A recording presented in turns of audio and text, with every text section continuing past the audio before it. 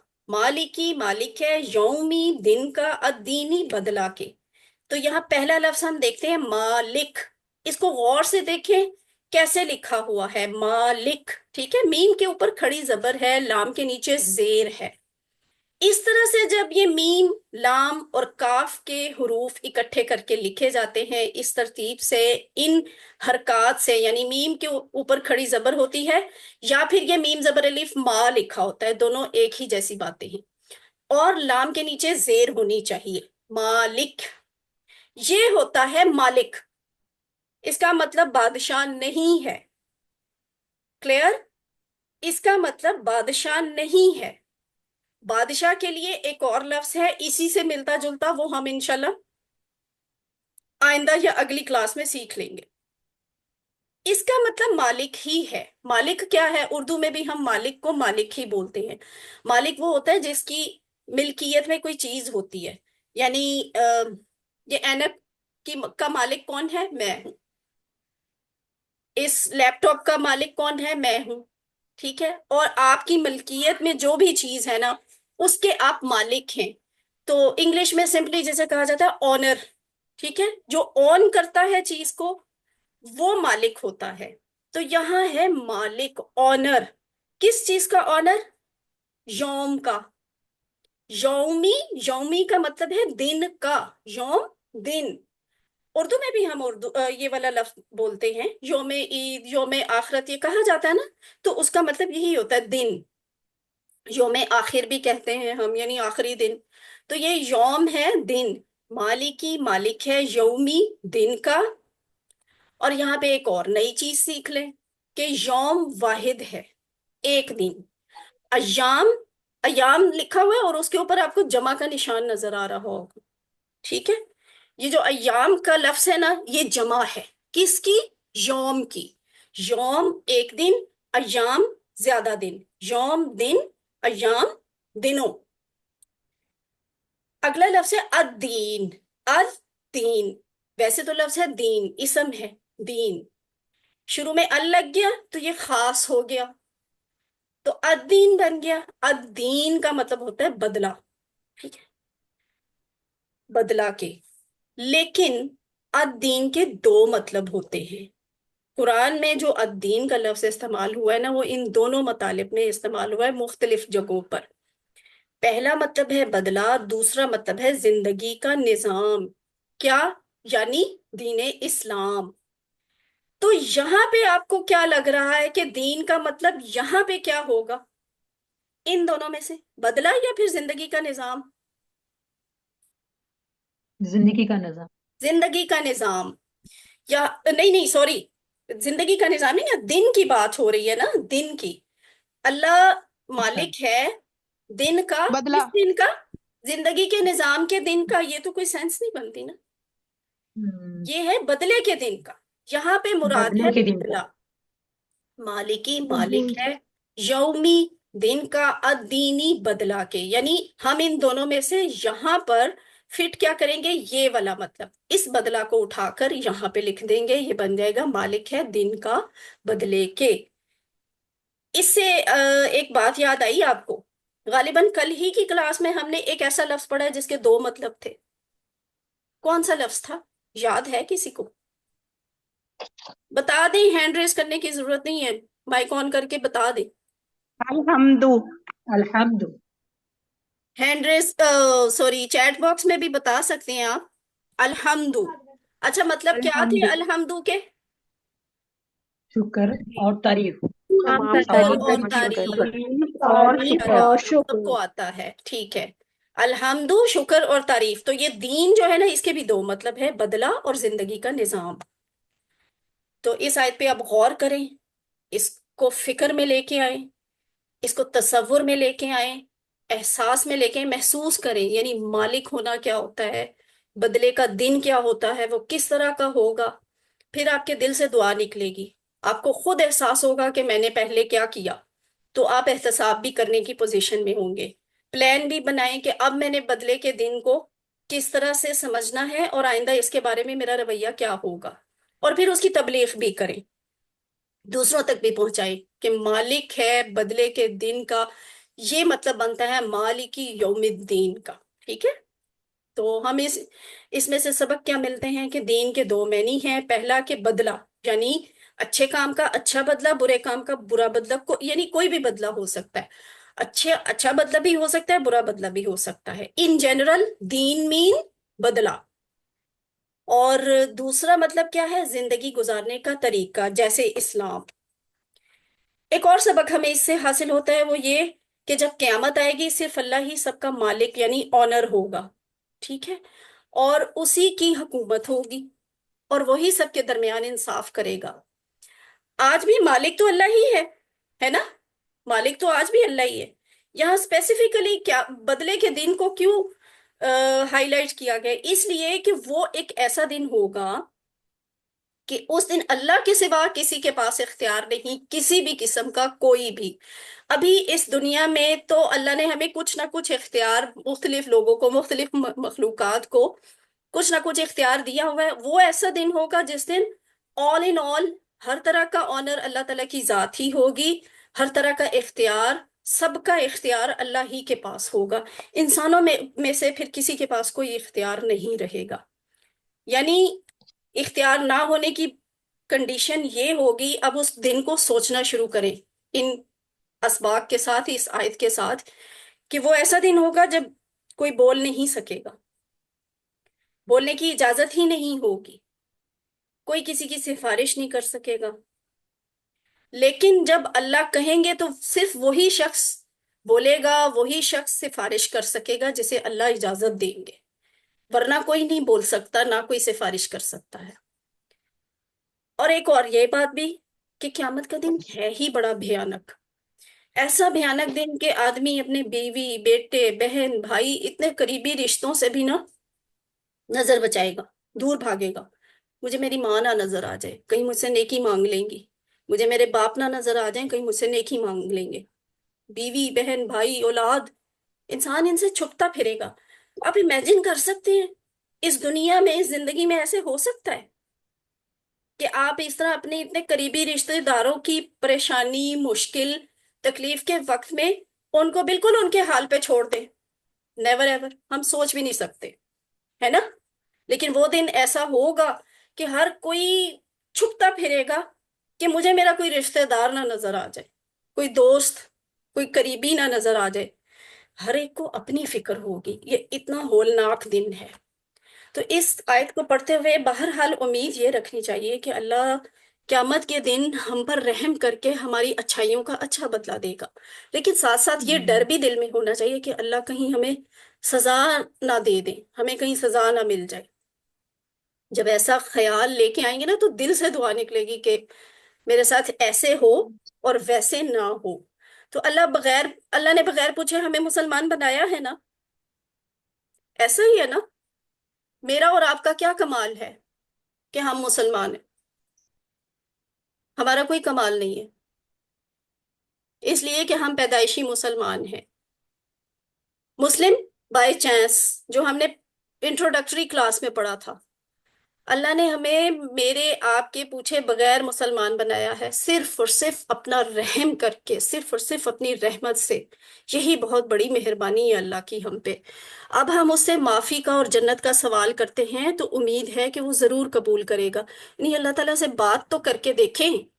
जब नमाज पढ़े ना, ये आयत पढ़े, तो जहन में ये ख्याल लेके आए कि मुसलमान तो मैं अपनी मर्जी से नहीं बना था ना। आपने मुझे, मेरे पे ये वाला रहम भी तो किया है मुझे मुसलमान बनाकर। तो अपने रहम को जरा और बढ़ा ले मेरे पे, और मुझे आखिरत के दिन माफी भी दे दे मेरे गुनाहों की। ठीक है? तो ऐसे दिल से दुआ निकलती है ना जब हम गौर करते हैं। तो गौर तो इंसान तभी करता है जब उसे बात समझ आती हो। हमें अरबी समझ ही ना आएगी तो फिर हम गौर कैसे करेंगे? गौर नहीं करेंगे तो फिर दिल से दुआ कैसे निकलेगी? इबादत भी फीकी होगी। तो यहां से हमें आदत नंबर 7 सीखने को मिली। मालिकी यौमिद्दीन वाली आयत से हम 7वीं आदत सीखते हैं। वो आदत क्या है? कोशिश ये हो कि हर काम आखिरत को सामने रखकर किया जाए और बेकार कामों में वक्त जाए ना किया जाए। किसी को याद है वैसे ये जो कामयाब आदतें हैं, 6 आदतें आप पहली आयात में सीख चुके हैं। 7वीं, 8वीं, 9वीं आदत इंशाल्लाह आज आप सीख लेंगे कि किस बात की आदतें हैं, किस चीज के लिए है। कामयाब ईमान गुल क्या बता रही हैं? कामयाब होने के लिए। कामयाब इंसान की, हाँ, हम्म कामयाब इंसान की 12 आदात हैं जो हमें तावुज और सूरत फातिहा से मिलती हैं सीखने को। तो उनमें से ये 7वीं आदत अभी हमने पढ़ी है।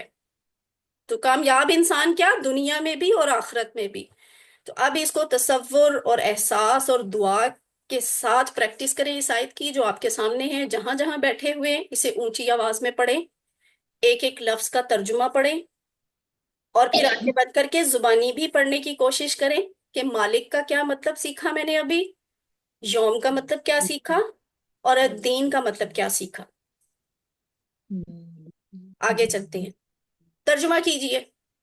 ये रोज रोज नहीं ये वाली स्लाइड्स दिखाऊंगी, बस आज आपको जरा एंजॉय करवा रही हूँ क्लास। तर्जुमा कीजिए यौम का। अभी हमने पढ़ा है, क्या होगा दिन तर्जुमा? दिन दिन। दिन दिन और बी फैसले। ऑप्शन, ठीक है जी, बी ऑप्शन। दीन के दो मानी हैं, कौन कौन सी ऑप्शन सही है इसका जवाब में? बदलाव जिंदगी और गुजारने का जिंदगी तरीका। गुजारने का जिंदगी तरीका। गुजारने का तरीका। बदला और बी। जिंदगी का यानी ऑप्शन बी। ठीक है, ऑप्शन बी दुरुस्त जवाब है, क्योंकि इसमें बदला भी आ रहा है और जिंदगी गुजारने का तरीका भी आ रहा है। मालिकी यौमिद्दीन की रोशनी में कामयाब इंसान की आदत बताएं। सिस्टर ईमान गुल सी, जवाब देंगे हर चीज इसका। का प्लान बनाते वक्त। हम्म। सी। आखिरत के दिन को ध्यान में हर रखना। चीज का प्लान बनाते वक्त आखिरत को जहन में रखें।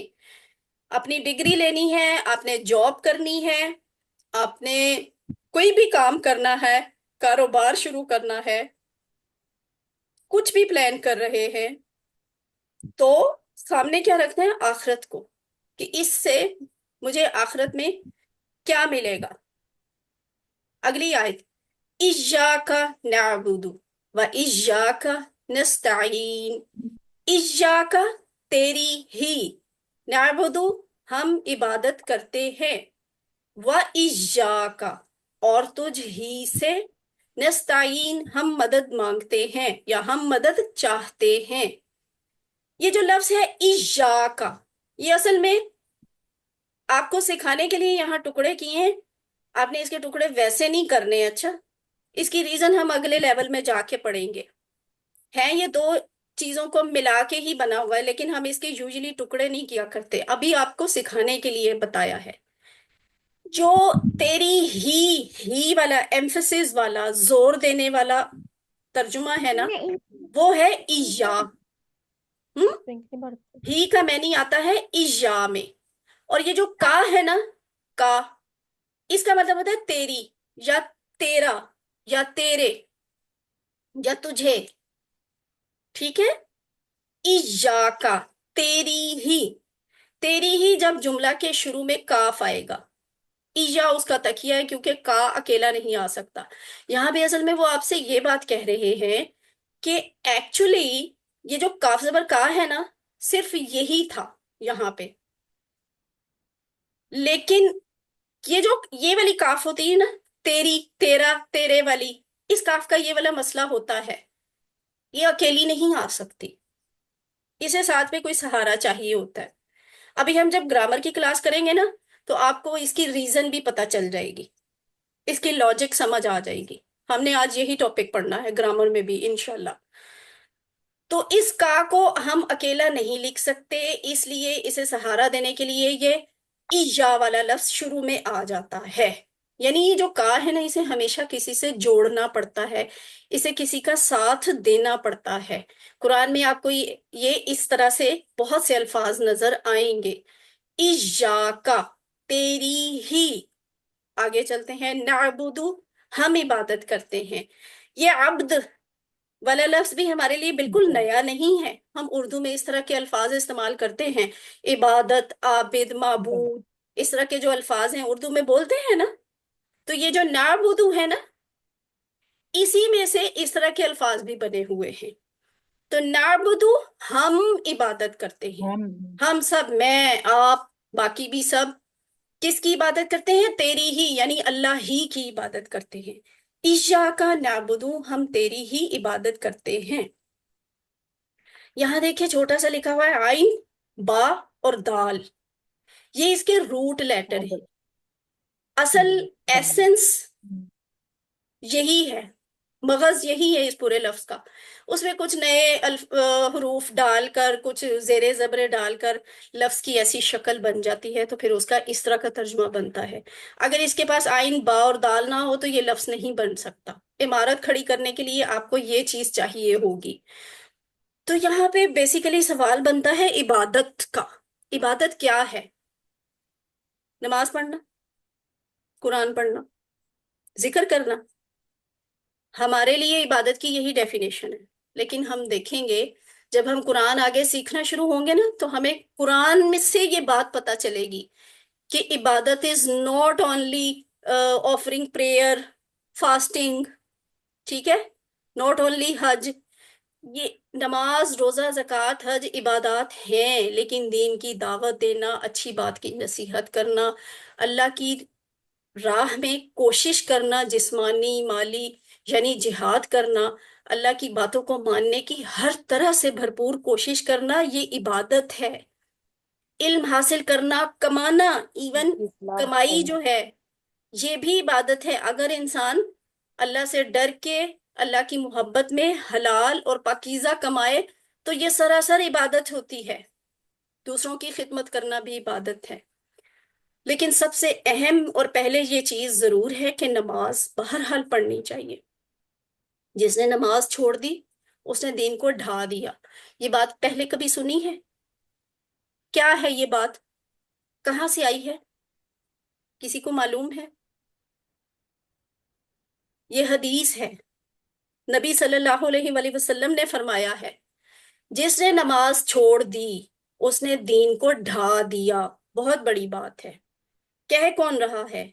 अल्लाह के आखिरी नबी सल्लल्लाहु अलैहि वसल्लम फरमा रहे हैं, जो बहुत मेहरबान थे, बड़े रहम दिल थे, लोगों को बहुत आसानियां देते थे, लोगों को बहुत ज्यादा गुंजाइशें देते थे।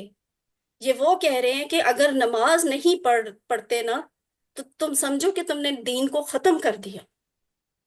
हम में से कितने लोग हैं वो दिन में कितनी दफा नमाज ना पढ़ के दीन को ढा देते हैं। वैसे हमें हमारे प्यारे नबी बहुत अच्छे लगते हैं ना, उनकी बातों पे हमारा ईमान है, तो इस बात पर क्यों ईमान नहीं है?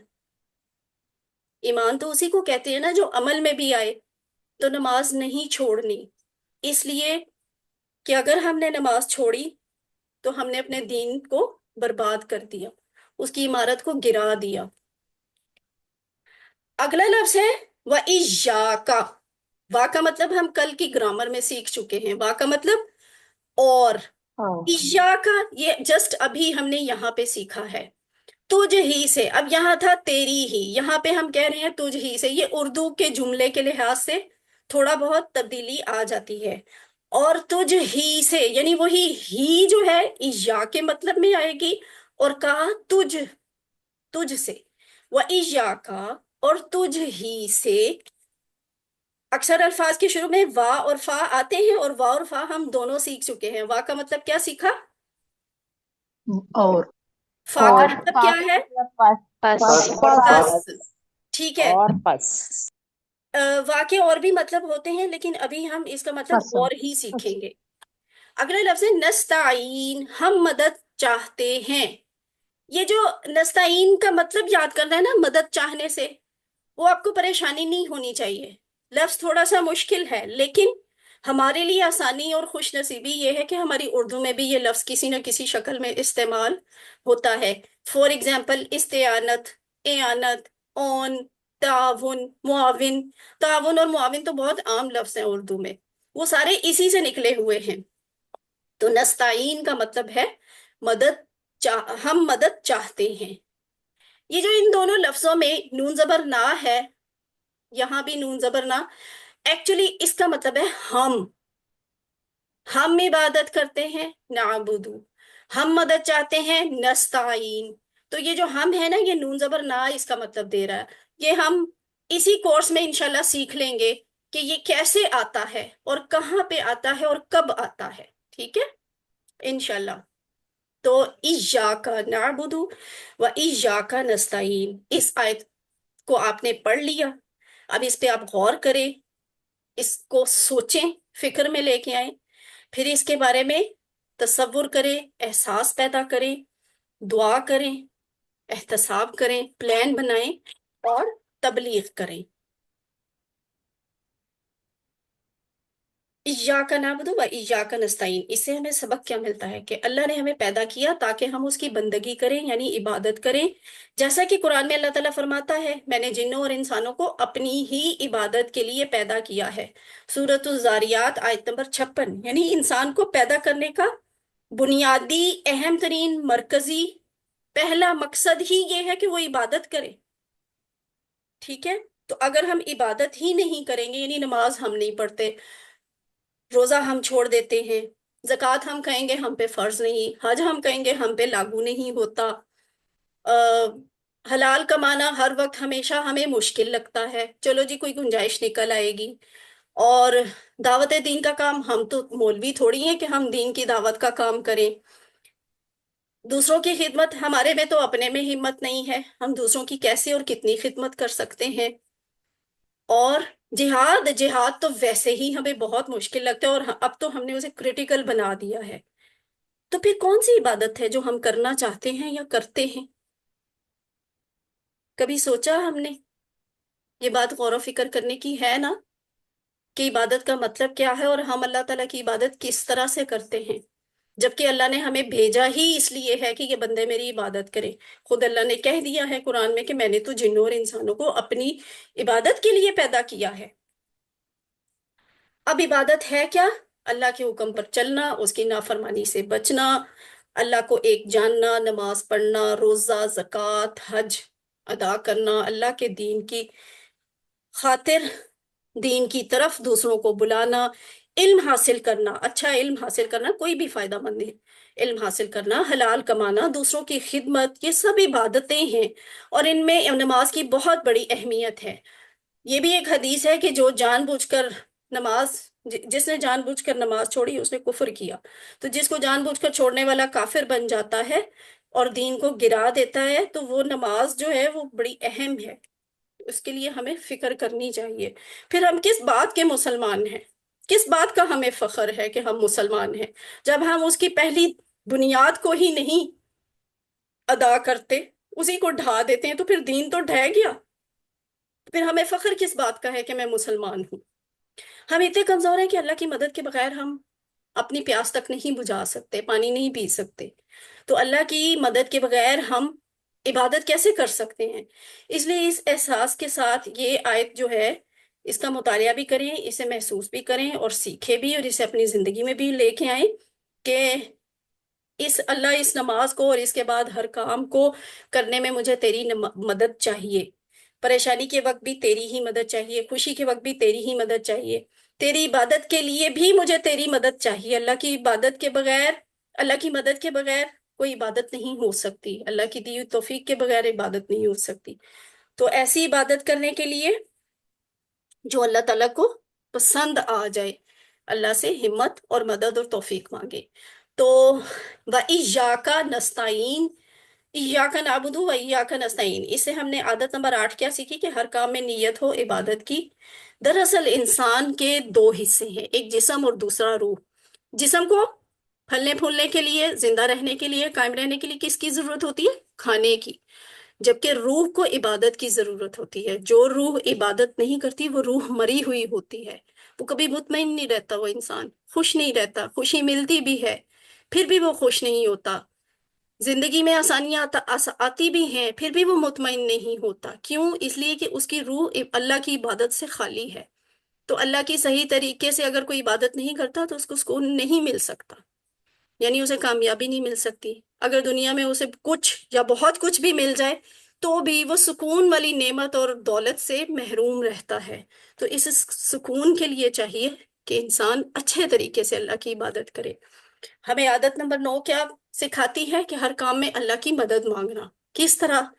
उस तरह जैसा अल्लाह के नबी सल्लल्लाहु अलैहि वसल्लम ने और दूसरे नबियों ने मांगा, यानी दुआएं सीखना। तो आपके लिए खुशी की बात है, एक दो दुआएं तो हम इस कोर्स में ही सीख लेंगे।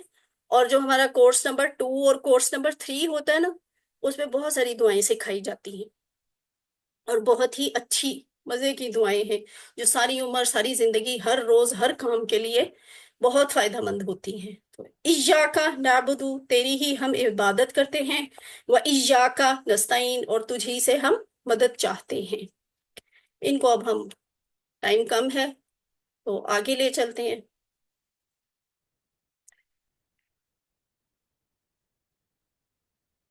1 मिनट की ब्रेक है, उसके बाद फिर हम ग्रामर का पार्ट शुरू करते हैं। सवाल है तो चैट बॉक्स में लिख लें, पूछ लें।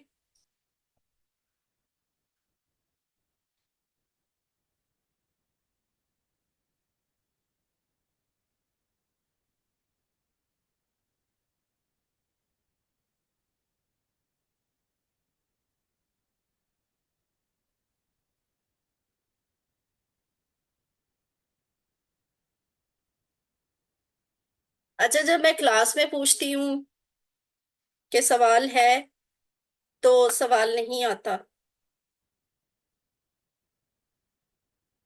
लेकिन जैसे ही आपकी क्लास खत्म होती है ना, फिर सवालों की वो लाइन लगती है कि मैं परेशान हो जाती हूँ।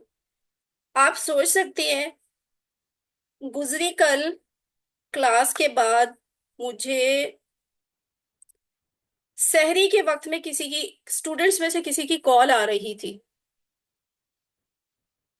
मुझे लग रहा था स्टूडेंट्स इतने हमारे माशाल्लाह एक्टिव हैं कि वो रात के इस हिस्से में भी पढ़ रहे हैं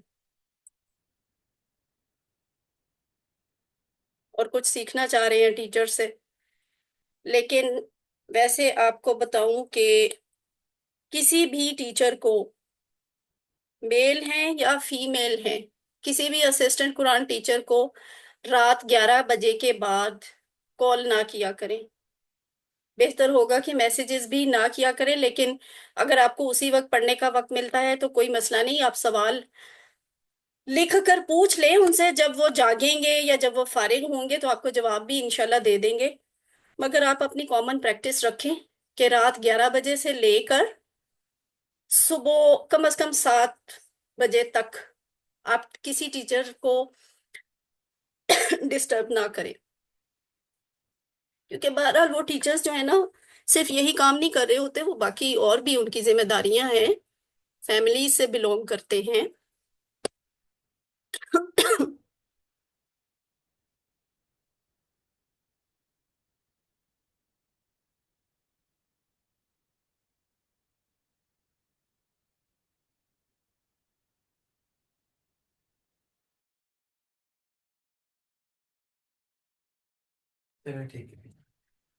औज़ुबिल्लाहिमिनश्शैतानिर्रजीम, बिस्मिल्लाहिर्रहमानिर्रहीम। सबक नंबर 3B। आओ कुरान समझें आसान तरीके से, हिस्सा अव्वल नमाज के जरिए। जरा बताएं ना, अब 3B से आपको क्या समझ आई?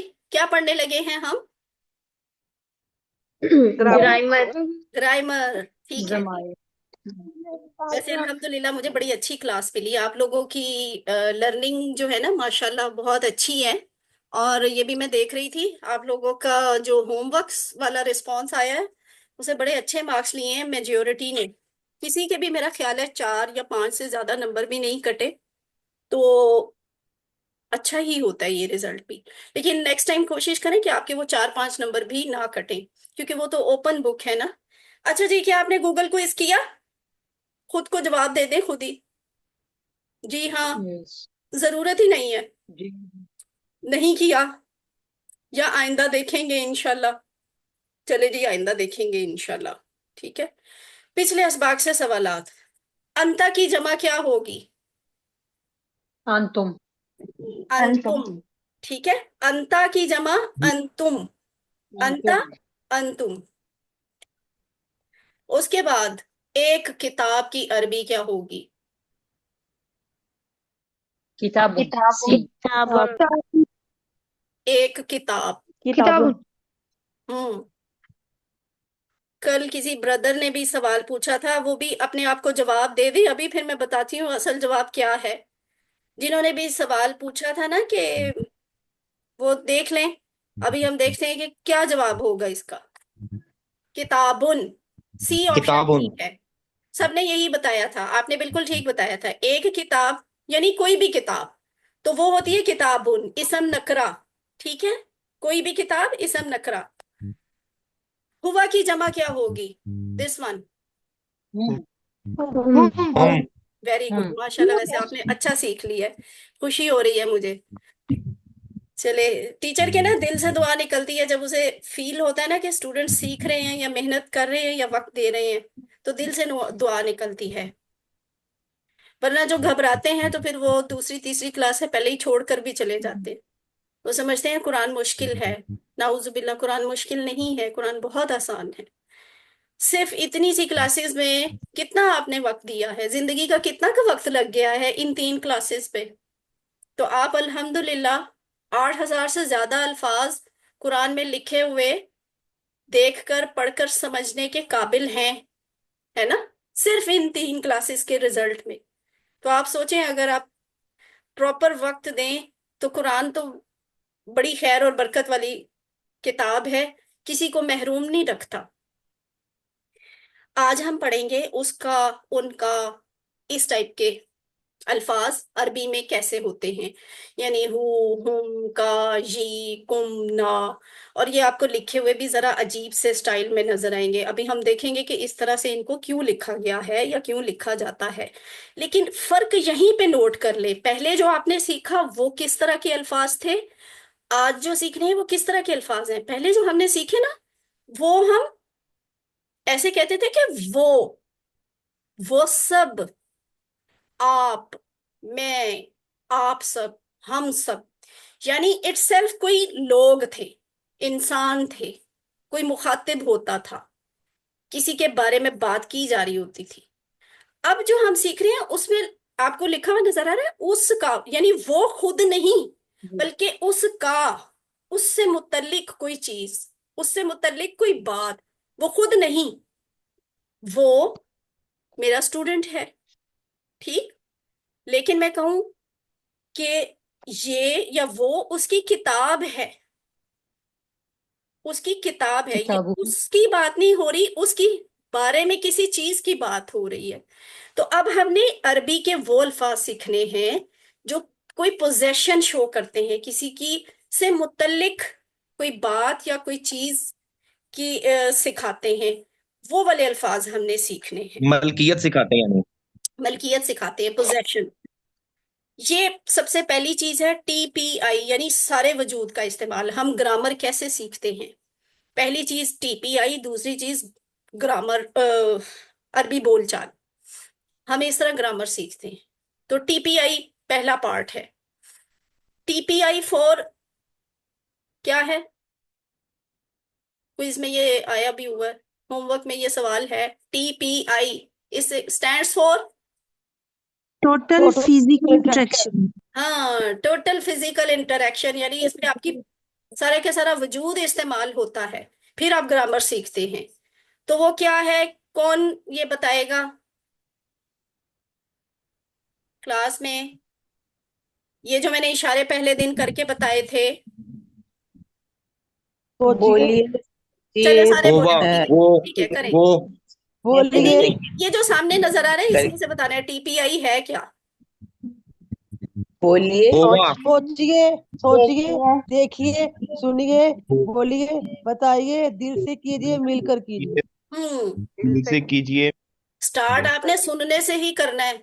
सुनिए, देखिए, सोचिए, बोलिए, सोचिए, बताइए, बोलिए, दिल से कीजिए, बताइए, मिलकर कीजिए। दिल इसकी से प्रैक्टिस करनी है ताकि आपको पता हो कि टोटल फिजिकल इंटरेक्शन क्या है। ये देखें, ये उसका खुलासा है। चले जी, ये ब्रदर अब्दुल्ला, मोहम्मद अली, इब्राहिम याहिया, फाज, इनमें से कोई भी करे। इब्राहिम याहिया, आप करवाएं, सारी क्लास को करवाएं। ये बच्चा पहले बोलेगा, आपने इसके पीछे सबने बोलना है। करवाएं इब्राहिम। सुनिए, सुनिए, देखिए, देखिए। देखिए, सोचिए, बोलिए, सोचिए, सोचिए, बोलिए, कहिए, बोलिए, बोलिए, कहिए, बताइए, बताइए, दिल से कीजिए, दिल से कीजिए, मिलकर कीजिए। मिलकर कीजिए। शाबाश, सबने इशारे किए हैं। इशारे भी करने हैं, चाहे छोटे हैं चाहे बड़े हैं, सीखेंगे ऐसे ही। चले जी, ब्रदर अब्दुल्ला, यही वाला आप भी करवाएं। सुनिए, सुनिए, देखिए, देखिए, सोचिए, सोचिए, बोलिए, बोलिए, बताइए, बताइए, दिल कीजिए, दिल से कीजिए। कीजिए, कर कीजिए। करके शाबाश, ठीक है। मोहम्मद अली, अब आप दूसरों को नहीं सिखाएं, बल्कि बस स्पीड से आप खुद बोल दें। ये क्या है सामने लिखा हुआ, इशारे भी करें, जहां भी हैं आप इशारे भी करें। देखिए, सोचिए, बोलिए, बताइए, दिल से कीजिए, मिलकर कीजिए। चले जी, ठीक है, शाबाश। अब ये सबको याद हो चुका होना चाहिए। तो क्लास के बाद ना सारे इसकी प्रैक्टिस करें। पिछले सबक में हमने ये सीखा था कि इसम की निशानी क्या होती है। इसम की निशानी क्या होती है? एक तो हमने सीखा कि अगर किसी लफ्ज के शुरू में अल लिखा हो तो वो इसम होता है। क्लास में कोई मुझे बताएगा कि अभी तक जो हमने कुरान पार्ट पढ़ा है, सूरतुल फातिहा का जितना भी हिस्सा पढ़ा है उसमें अल वाला कोई लफ्ज आपको याद आ रहा हो, हमने पढ़ा हो? अलहम्दु अलहम्दु शाबाश। रहमान अर्रहमान, अर्रहीम अर्रहीम, आलमीन आलमी, अल आलमीन, ठीक है। तावुज में कहाँ पढ़ा था? तावुज में अशैतान शैतान, शैतान अर्रजीम, ठीक है जी। अर्रजीम चले जी, वेरी गुड। आपको अल की पहचान हो गई, यानी आपको इसम खास की, इसम मारफा की पहचान हो चुकी है। मुबारक हो आपको। अब कुरान में जहां भी अल वाले इसम आएंगे आप पहचान जाएंगे कि ये इसम है और ये खास है। ठीक। एक और तरह की पहचान हमने कल ही की क्लास में सीखी कि जब किसी इसम के आखिर पे दो पेश आ जाए या दो जबर आ जाए या दो जेर आ जाए। इस दो जबर दो जेर दो पेश के लिए मैंने एक लफ्ज इस्तेमाल किया था, वो क्या था, याद है किसी को? वाओ नून। किताबुल तनवीन। तनवीन। ये जो दो जबर दो जेर दो पेश होती है ना, इसको तनवीन कहा जाता है। तनवीन, कितना मजे का लफ्ज है ना। तो तनवीन है। अगर किसी लफ्ज के आखिर पे ये लिखा हुआ है ना, सारे गौर से सुने, कुरान में, अरबी में, कहीं भी टेक्स्ट में आपको कोई लफ्ज ऐसा लिखा नजर आ जाए जिसके आखिर पे दो जेरें डाली हों, दो जबरें डाली हों, दो पेशे डाली हों, यानी तनवीन हो, आपको फौरन पता चल जाना चाहिए कि ये क्या है। क्या इसम है है? इसम है। एक वाहिद है इसम है, ठीक है। अभी वाहिद वाली बात को छोड़ दें, वाहिद की ये पहचान नहीं है, हम आपको सिर्फ इसम की निशानी बता रहे हैं, इसम की पहचान बता रहे हैं। जहां पे दो जेर दो जबर दो पेश देखेंगे, पढ़ेंगे, सुनेंगे, फौरन समझ आएंगे कि मुझे चाहे इस इसम का मतलब आता है या नहीं आता, लेकिन मुझे ये जरूर पता है कि ये जो लफ्ज है इस ये है कोई नाम। और कौन सा नाम है ये भी बता दें। जिसके शुरू में हमने अल लगाया था वो इसम मारिफा था ना। इसम मारफा था अल और वाला ये इसम मारुफा है और अल के बगैर इसम नकरा है। नकरा अल के बगैर ना कहें, आप ये कहें कि तनवीन वाला इसम नकरा है, ठीक है। तनवीन का इसम नकरा हाँ, है वैसे और तो जिस लफ्ज के साथ अल लिखा होगा शुरू में वो वाकई वाला इसम मारिफा नहीं होगा, जो अल के बगैर होगा वो मारिफा तो जाहिर नहीं होगा। लेकिन पहचान बोलते हुए इस तरह से बोले कि जिस भी लफ्ज के आखिर पे तनवीन होगी वो इसम नकरा होगा, ठीक है। सिंपल एक लाइन की डेफिनेशन, जिस भी लफ्ज के शुरू में अल लिखा होगा वो इसम मारिफा होगा। जिस भी लफ्ज के आखिर पे दो जेर दो जबर दो पेश यानी तनवीन होगी वो इसम क्या होगा? नकरा। इसम नकरा होगा। नकरा होगा। और नकरा होगा। इनकी जमा बनाने के लिए हम क्या करते हैं? जमा बनाने का बहुत आसान वाव तरीका नून हमने सीखा लगाते कि जमा बनाने के लिए हम आखिर पे या तो या वाव नून। नून डाल देते हैं या फिर या नून डाल देते हैं। ये हमने कल की क्लास में सीखा था। फिर पहली क्लास, जानून हाँ जी, या नून वाव नून। ये कौन करवाएगा इसको? कोई इसकी प्रैक्टिस करवाएं जरा। Raise hand. फरवा मुनीब, एक मिनट एक मिनट एक minute, hand raise, hand raise. Farwa Munib ने सबसे पहले हैंड रेज की है। फरवा मुनीब आप करवाएं।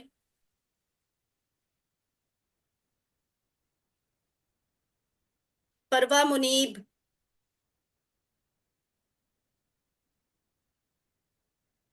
हैंड रेज करके शायद शायद उन्हें वो आ नहीं रहा। माइक ऑन करना होता है सिस्टर। चले रूहा अजहर आप करवाएं। हुआ वो, तुम वो सब, अंता आप, अना मैं, अंतुम आप सब, नहनु हम सब। ठीक है, शाबाश। तो ये हमने जो सीखे थे ना ये क्या थे? आप देखिए ये पूरा पूरा एक लफ्ज लिखा हुआ है, इसके साथ कुछ जुड़ा हुआ नहीं है। और ये है वो सब, आप, मैं, आप सब, हम सब, यानी कुछ स्पेसिफिक लोगों के ही बारे में बात हो रही है। हुआ वो, हुम वो सब, अंता आप, अना मैं, अंतुम आप सब, नाहनु हम सब। लेकिन अब जो हम आज सीखेंगे ना वो इससे थोड़ा सा मुख्तलिफ होगा। रट्टा लगाने की जरूरत नहीं है, सिर्फ अभी आपको बता रही हूँ। इसको हम पता है क्या कहते हैं? ये वाले जो अल्फाज होते हैं इन्हें हम कहते हैं इसम जमायर या इसम जमीर का टेबल। ठीक है, ये इसम जमीर हैं, इसम जमीर हैं। आपने ये उर्दू की ग्रामर में, इंग्लिश की ग्रामर में सीखे हुए हैं, आज अरबी में भी सीख लें। हुआ हूं, अंता अना, अंतुम नाहनु क्या है? इसम जमीर हैं। लेकिन एक और चीज बताऊं आज, ये वो इसम जमीर हैं जो अलग से लिखे जाते हैं, किसी के साथ जोड़ने की जरूरत नहीं होती।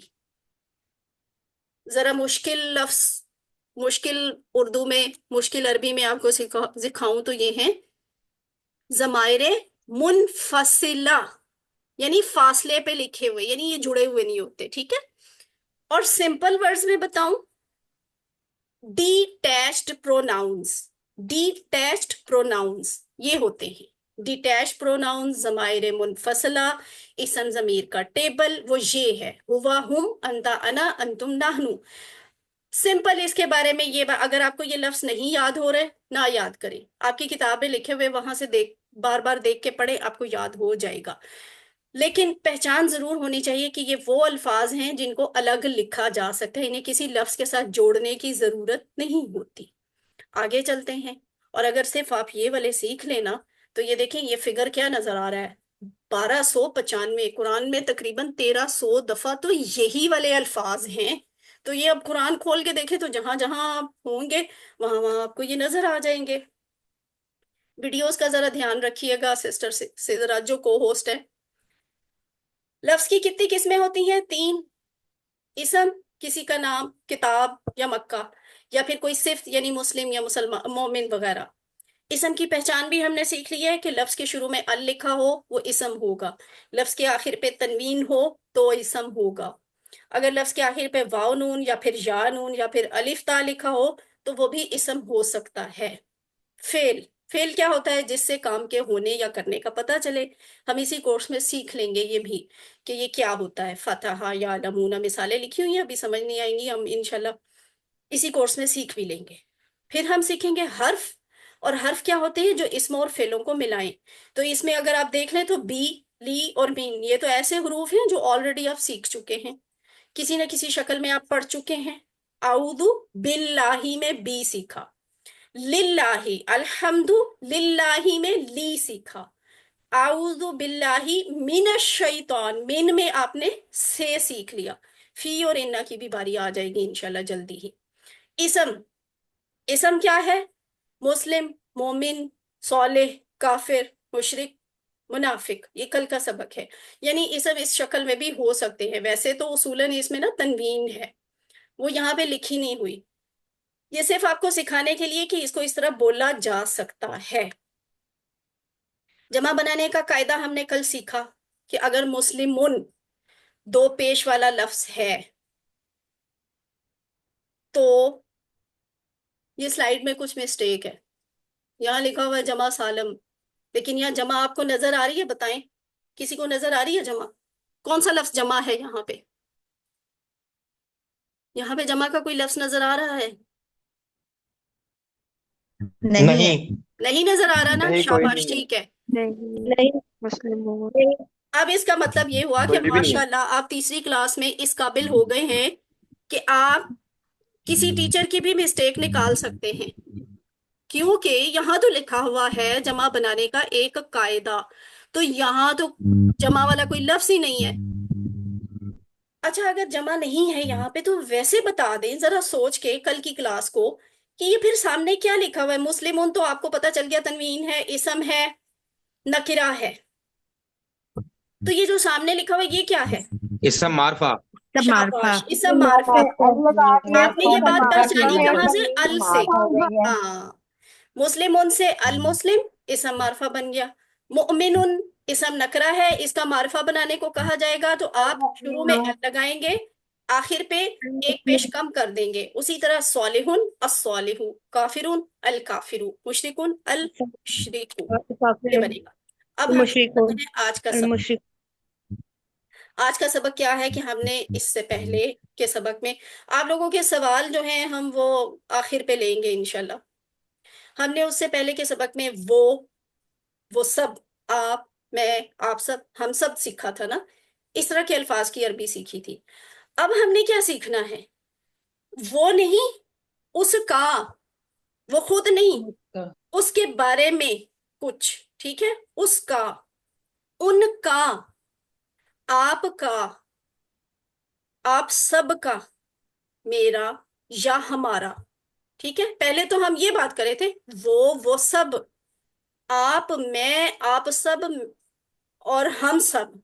लेकिन अब हम कहेंगे कि उसका या फिर उनका, आपका या फिर मेरा, आप सबका या फिर मेरा, हम सबका।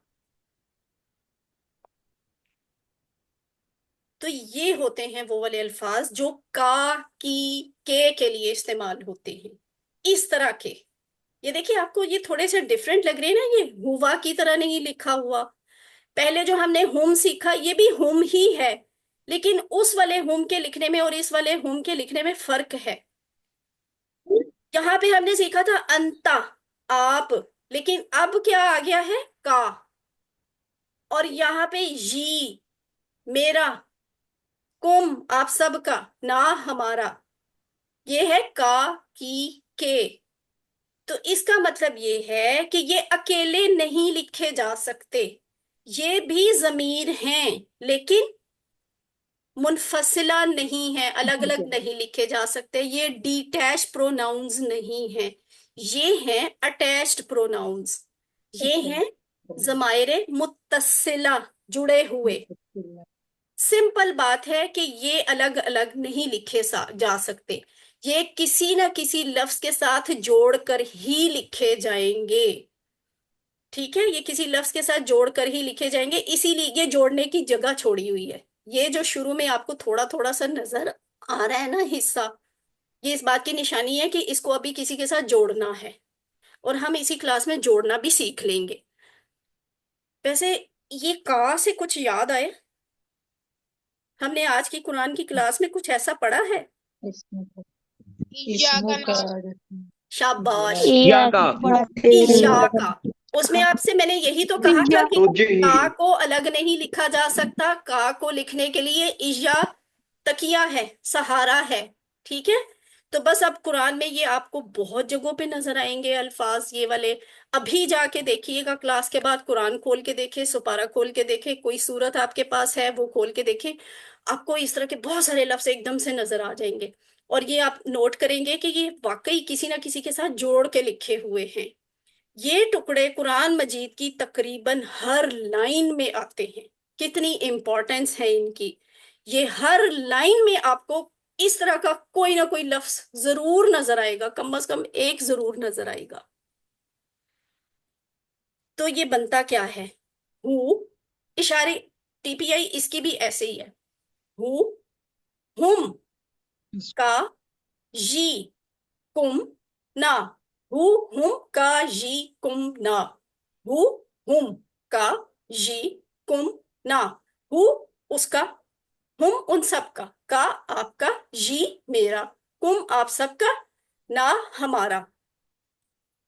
और ये हर लाइन में है। ये सूरतुल कहफ की आयत है, और आप गौर करें, पहली ही लाइन में ये अब्दी ही, ठीक है, इससे पहले अब्द, यानी ये ही अकेला वैसे नहीं लिखा जा सकता था। इसका मतलब है उसका बंदा। लहू, ये जुड़ा हुआ है हु, ये वाला हु ला के साथ जुड़ा हुआ है। और यहाँ पे मिल्ला दुन हु जुड़ा हुआ है। फिर तीसरी लाइन देखें, लहुम, हुम।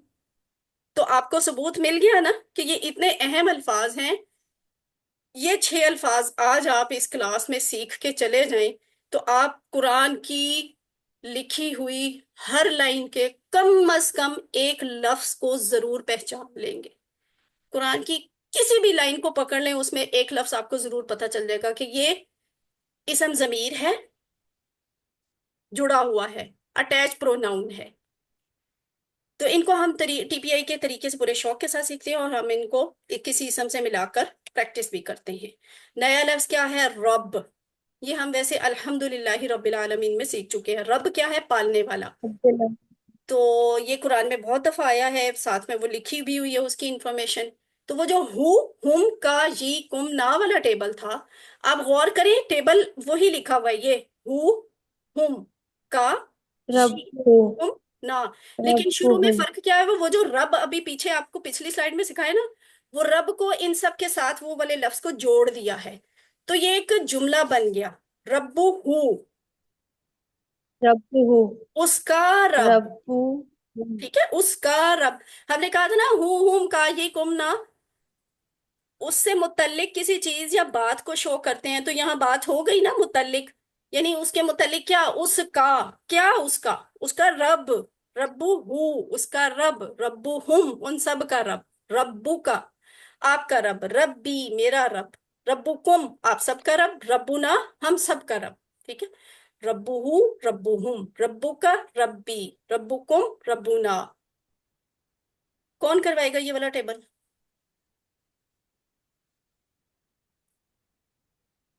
कोई और भी? निदा बिलाल, हिना इक्तदार। निदा पहले आप करवाएं। नहीं है रब्बू उसका रब, रब्बू हम उन सब का रब, रब्बू का आपका रब, रब्बी मेरा रब, रब्बुकुम आप सब का रब, रब्बू ना हमारा रब। ठीक है, सिस्टर हिना इक्तदार, आप करवाएं। रब्बुहु उसका रब, रब्बुहुम उन सबका रब, रब्ब रब्बुकुम तुम आपका रब, रब्बी मेरा रब, रब्बुकुम आप सबका रब, रब्बुना हमारा रब। हाँ जी, रब्बू का, आपका रब, रब्बी मेरा रब। ठीक है, अब ये जो है आपको बताया जा रहा है, रब्बू हु और रब्बू हुम का जो लफ्ज है ना, बोलते वक्त आसानी के लिए इसी को रब्बी ही भी कहा जा सकता है, इवन लिखा भी जा सकता है रब्बी ही। और इसी तरह रब्बू हुम वाला जो लफ्ज है ना, इसे रब्बी हिम भी लिखा जा सकता है और बोला भी जा सकता है। अरब इस जैसे कंफर्टेबल फील करते हैं ना, वो उस तरह से उसको यूज भी कर लेते हैं। वो रब्बू हु भी कहते हैं, रब्बी ही भी कहते हैं, वो रब्बू हुम भी बोलते हैं, रब्बी हिम भी बोलते हैं, मतलब एक ही होता है। अल मुहादसातुल अरबिया, इसका मतलब है अरबी बोलचाल। तो ये जो चंद अल्फाज आपने सीखे हैं, उससे आप पूरे पूरे जुमले अब सीखेंगे, और जुमले भी ऐसे कि डायलॉग कर सकते हैं। मन रब्बू हु, सारे पढ़ें। उसका मन जवाब क्या होगा? रब्बुहु रब्बुल्लाह। मन रब्बुहुल्लाह रब्बुहुम, रब्बुहुम। रब्बुहुम अब इसका मतलब क्या है? मन रब्बुहुम, रब उन कौन सबका है? रब कौन है? उनका रब कौन है? आप सबका रब्बुहुमुल्लाह का क्या मतलब होगा? रब कौन है? उन सब उन का सबका रब, रब अल्लाह है। उन सब का रब अल्लाह है। फिर मन रब्बू का, उनका नकीर याद आए किसी को? अभी प्रैक्टिस कर लें। उसका सोचिए, रब कबर, कौन है? कबर में ये सवाल पूछा जाएगा, तो आपने जवाब में फौरन से क्या कहना है? रब्बी अल्लाह, मेरा रब अल्लाह है। तुम्हारा रब कौन रब्बू है? का, रब्बी तुम्हारा अल्लाह। मेरा इसका रब अल्लाह जवाब है। हमेशा इससे आया करता है। ठीक है, इसका जवाब इससे आया करता है, यानी का जवाब जी से आएगा, और अंता का जवाब अना से आएगा। इसी तरह मन रब्बु कुम, कुम का जवाब ना से आया करता है। ठीक है, कुम, मन रब्बु कुम, तुम्हारा रब कौन है? रब्बुन अल्लाह, हम सब का रब अल्लाह है। और उसका रब अल्लाह है। में अब भी कोई मुख्तलिफ चीज नहीं है, रब्बू की बजाय हम दीन का लफ्ज, अभी आज ही हमने दीन का लफ्ज पढ़ा है ना, सूरत फातिहा में पढ़ा है, हाँ जी। मिले का दिन। ठीक है, हाँ जी। यहाँ दीन जिंदगी का तरीका, और ये क्या है? दीनू हु, उसका दीन। ठीक है, ये फरवा मुनीब ने हैंड रेस किया है, तो आप देखें, मैं अगर फरवा की बात करती तो मैं कहती, फरवा नहीं, ये मुजक्कर का इशारा होता है। इब्राहिम याहिया ने हैंड रेस किया था, तो मैं अगर इब्राहिम याहिया की बात करती तो मैं कहती वो। लेकिन अब इब्राहिम याहिया के दीन की बात हो रही है, तो मैं कहूंगी दीनू हु, उसका दीन, अब्दुल्ला का दीन, दीनू हु। ठीक है, किसी मुजक्कर की बात हो रही है, दीनू हु, उसका दीन, दीनू हुम, उन सब का दीन। कौन करवाएगा? फरवा मुनीब, आप करवाएं। दीनो हो उसका दीन, दीनो हम उन सबका दीन, दीनों का आपका दीन, दीनी मेरा दीन, दीनो कुम आप सबका दीन, दीनो ना हमारा दीन। हाँ, यहाँ पे कंफ्यूज नहीं होना किसी ने भी, जैसे सिस्टर ने बोला ऐसे ही बोलना है, दीनू ना। असल लफ्ज तो दीन है ना, और उसके साथ ना को जोड़ ले तो क्या बनेगा, दीनू ना हमारा दीन। तो अब हम बोलचाल कर लेते हैं। बोलचाल से पहले हम नया लफ्ज सीखते हैं। नया लफ्ज क्या है, माँ। माँ। माँ, माँ का मतलब क्या। माँ का मतलब क्या। वैसे आप ना क्या के लिए एक और भी लफ्ज सीख चुके हैं पहली क्लास में, याद है किसी को, वो कौन सा लफ्ज था। आ आ। फिर दूसरी क्लास में एक और लफ्ज सीखा था क्या के लिए, वो क्या था। हमजा जबर आ। हमजा जबर आप पहली हमजा क्लास में सीखा, ठीक है। एक और भी लफ्ज आपने क्या के लिए सीखा है, वो क्या है। मन हल हल हल। मन। हल। ये हल किसने कहा है। मैम मैंने। निदा बिलाल। निदा बिलाल ने कहा है हल। हाँ जी, हल जवाब ठीक है। आ। हमजा जबर आ का मतलब क्या। हल का मतलब क्या। माँ का मतलब क्या। जिन लोगों ने कहा है ना मन, मन का मतलब क्या नहीं होता, मन का मतलब होता है कौन। ठीक है, ये हम आगे सीखेंगे इसका एक और भी मतलब। कौन। माँ का मतलब क्या। तो आगे चलते हैं। माँ दीनू का। फिर मुनकर नकीर वाला सवाल। मन रब्बू का। दीनी रब्बी अल्लाह। माँ दीनू का। माँ आपका दीनू दीन। का। दीनी यल इस्लाम।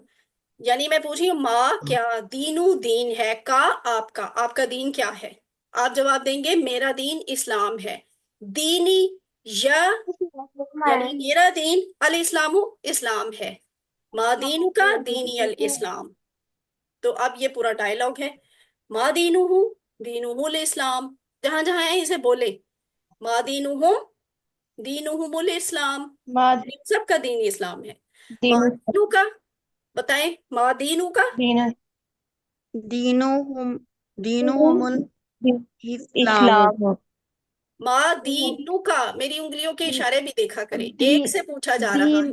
दीनी इस्लाम दीनी अल दीनी अल इस्लाम। इस्लाम। तो माँ दीनुकुम, दीनुल इस्लाम। दीनुनल इस्लाम। ठीक है जी। तो आपने क्या सीखा आज। हु, हुम, का, का ही, जी। कुम, ना। सिर्फ ये वाले अल्फाज, ये 6 अल्फाज आपने नए सीखे हैं। डॉक्टर फारूक ये टीचर भी रहे हैं और ये स्टूडेंट भी रहे थे। तो उन्होंने 4 मिनट में 8 अल्फाज सिखाने का ये एक टिप बताई थी कि 4 सिंपल वर्ड सीख लें। किताब किताब, कलम कलम, सा घड़ी, जवाल मोबाइल।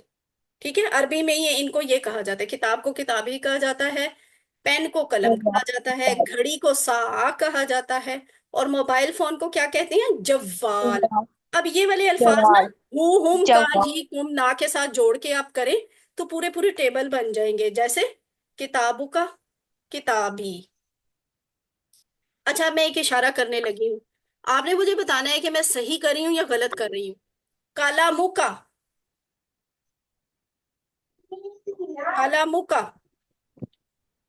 गलत कर गलत कर रही हूँ। तो इसका इशारा सही क्या है, सामने वाले की तरफ था। सामने वाले की तरफ। सारी उंगलियां करूं, एक उंगली। एक उंगली, शाबाश। काला मुका, काला मी। काला मुका मतलब आपका पेन, काला मी मेरा पेन। सातु, मेरा आपकी घड़ी, साती मेरी घड़ी। जव्वालू का, मेरी घड़ी। आपका मोबाइल, तुम वाली मेरा मोबाइल। जो तो मेरा देखिए, आपने इतनी सी प्रैक्टिस से डायलॉग सीख लिया। नुक्ता तालीम क्या है, हमारे दिमाग में करोड़ों खलिए हैं। दिमाग काम कैसे करता है, ऐसे नहीं कि एक खलिए में एक बात महफूज हो जाए, यानी अगर एक खलिए में एक बात महफूज होती होती तो फिर सिर्फ करोड़ बातें हम सीखते, लेकिन हम तो जिंदगी में अरबों बातें सुनते हैं और अरबों बातें सीखते हैं। तो वो कहाँ महफूज होती हैं, इन्हीं करोड़ों अरबों खलियों में महफूज होती हैं। तो यानी दिमाग का पूरा एक सिस्टम है काम करने का।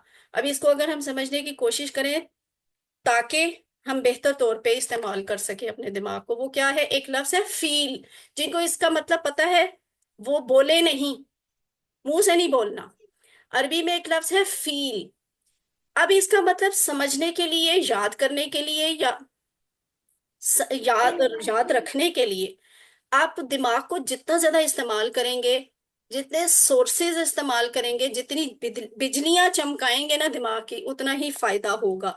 मतलब कोई हिंट्स आपको दिए जा सकते हैं कि कोई फील कुछ ऐसा है जो बहुत बड़ा है, उसकी बहुत भारी आवाज है, शेप में वो बहुत सख्त और हैवी किस्म का है।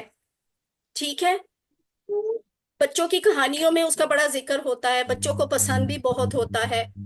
वो सूंघने के लिए उसकी नाक आम जानवरों से बहुत डिफरेंट है। तो बहुत कुछ आपको अंदाजा हो गया ना, जितनी शेर। हाँ जी, देखिए, picture worth thousand, one picture worth thousand words.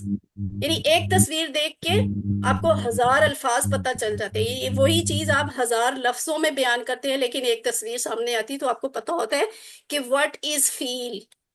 Feel is elephant. ठीक है, ये है एलिफेंट। तो ये फेवरेट चीज है बच्चों की। तो फील के नाम पे तो कुरान में सूरत भी है ना। ये आपको क्यों बताया गया? इसलिए कि आप दिमाग की बिजलियां चमकाएं और जहन में लेके आए कि किसी लफ्ज को याद करने, याद रखने और समझने के लिए दिमाग को एक्टिव करना होता है।